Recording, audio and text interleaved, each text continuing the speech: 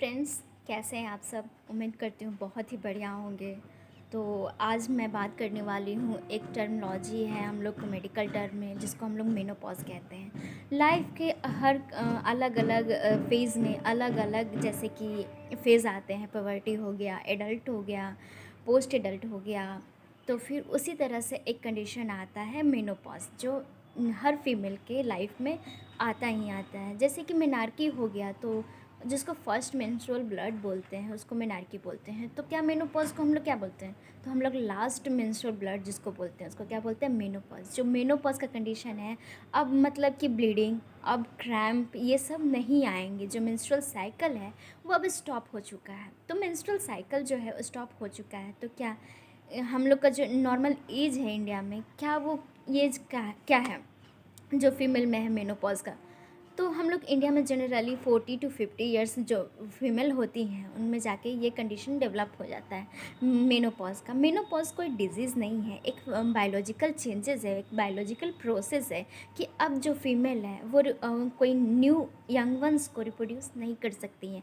अब जो उनका लाइफ है, रिप्रोडक्टिव लाइफ है, वो फेज़ जो है ख़त्म हो चुका है। अब वो ओल्ड एज में आ चुके हैं, इसलिए अब वो न्यू यंग वंस को रिप्रोड्यूस नहीं कर सकते। अब फर्टिलिटी जो रेट है वो ख़त्म हो चुका, अब फर्टाइल नहीं कर सकती। जो ओवम का जनरेशन था वो ख़त्म हो गया, अब ओवम जनरेट नहीं होगा। तो हम लोग 40 to 50 ईयर्स ऐसे अकॉर्डिंग टू लिया गया है रिसर्च के अकॉर्डिंग, बट जो एवरेज एज है वो 45 to 50 ईयर्स है। बट यूनाइटेड स्टेट में जो एज कंसिडर किया गया है वो है 51 ईयर तक। जो फीमेल है वो रिप्रोडक्टिव एज में रहती हैं, यानी कि जो मेनोपॉज का कंडीशन है वो 51 ईयर्स में आता है। तो हम बात करते हैं कि मेनोपॉज जनरली होता है क्या, उसके बारे में जान चुके हैं।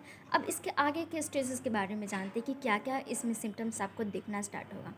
पहले तो इरेगुलर पीरियड होना आपका स्टार्ट हो जाएगा। जैसे कि आप 25-30 ईयर्स में रेगुलर पीरियड होते हैं। अगर आपके नॉर्मल लाइफ में, डे टू लाइफ आपका लाइफस्टाइल अच्छा है, आप एंजाइटी स्ट्रेस वगैरह नहीं लेते हैं, तो क्या जो आपका जो मेंस्ट्रुअल साइकिल का जो साइकिल है, फेज़ है, वो आपको नॉर्मली चलते रहेगा। बट अगर आप मेनोपॉज के कंडीशन में जा रहे हैं तो आपको 1-2 साल पहले 42-45 ईयर्स में आपको क्या देखें, कभी पीरियड्स आएंगे, कभी पीरियड्स नहीं आएंगे। तो कभी कभी आते भी हैं, नहीं भी आते, तो इससे घबराना नहीं है। ये एक प्रोसेस आपको इंडिकेट करता है कि आप मेनोपॉज के कंडीशन में जा रहे हैं, यानी कि आप उस एज में जा रहे हैं जहाँ आप रिप्रोड्यूस नहीं कर सकते हैं।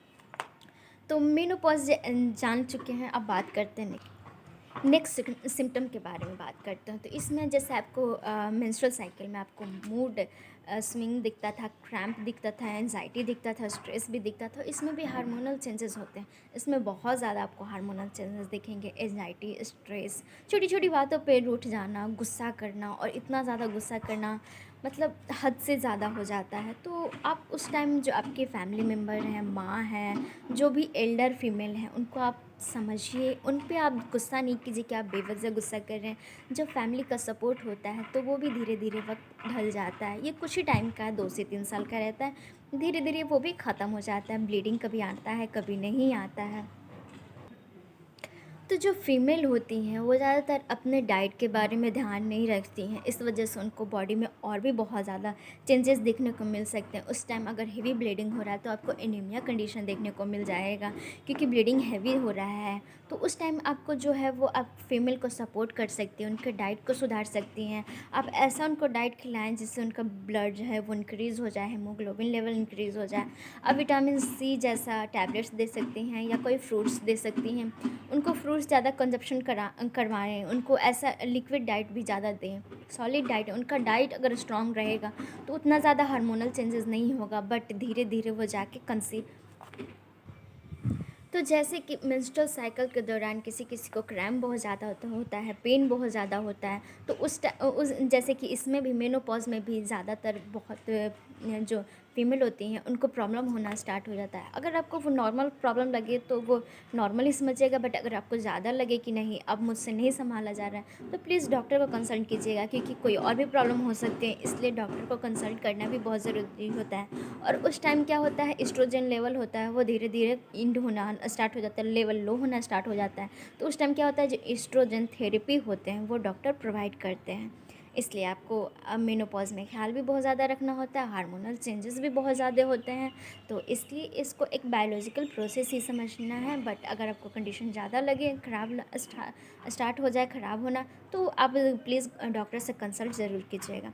आप सबको ये इन्फॉर्मेशन कैसा लगा, आपके लिए इन्फॉर्मेटिव रहा, यूज़फुल रहा, तो प्लीज़ वीडियो को लाइक कीजिएगा और चैनल को सब्सक्राइब कीजिएगा। Thank you so much. Bye bye.